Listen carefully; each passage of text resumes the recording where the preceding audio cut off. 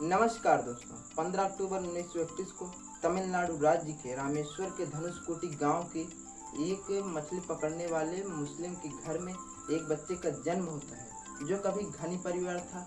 5 भाई और बहनों में यह बच्चा सबसे छोटा था, लेकिन इसमें संघर्ष से लड़ने की हिम्मत और जज्बा दोनों था।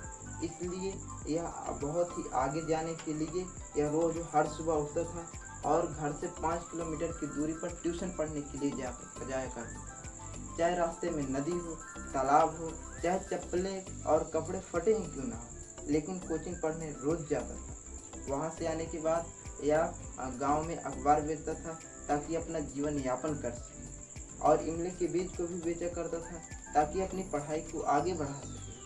और यह अपनी प्रारंभिक शिक्षा गाँव के ही प्राथमिक विद्यालय से प्राप्त की। उसके बाद इसने सेंट जोसेफ कॉलेज से भौतिकी और मद्रास इंस्टीट्यूट से एरोनॉटिकल इंजीनियरिंग की पढ़ाई की। इन्हें यह भी नहीं पता था कि प्रोजेक्ट कब बनाना था। इन्हें एक दिन का मौका मिला प्रोजेक्ट बनाने को।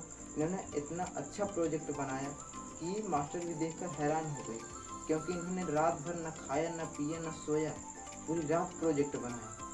क्यों ना मास्टर लोग हैरान।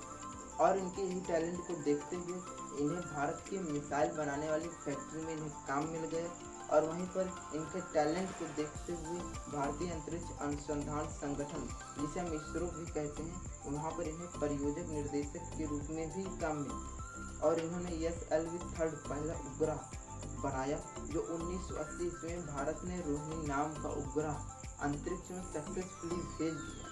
और यह बच्चा भारत की इतनी मिसाइलें और हथियार तैयार करता है कि भारत स्वतः खुद दूसरे देश से लड़ सकता है। किसी से मंगाने की जरूरत नहीं है, क्योंकि भारत के पास पहले हथियार नहीं थे।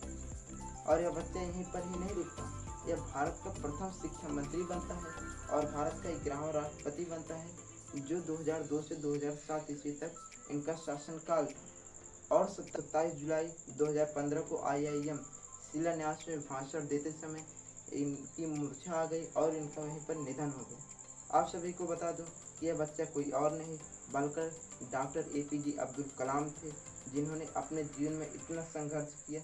इन्होंने कई सारी किताबें लिखी, जैसे विंग्स ऑफ फादर, इंडिया 2020, जो आज भी युवाओं को प्रेरणा देती है।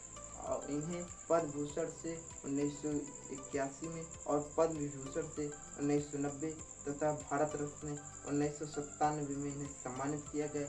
इनके जीवन से हमें यह शिक्षा मिलती है कि संघर्ष चाहे जितना भी लंबा क्यों ना, हम संघर्ष करेंगे और अपने जीवन को सफल बनाएंगे। मुसीबत चाहे जितनी बड़ी क्यों ना हो, उसका सलूशन तो जरूर ही होता है। जय हिंद, जय भारत।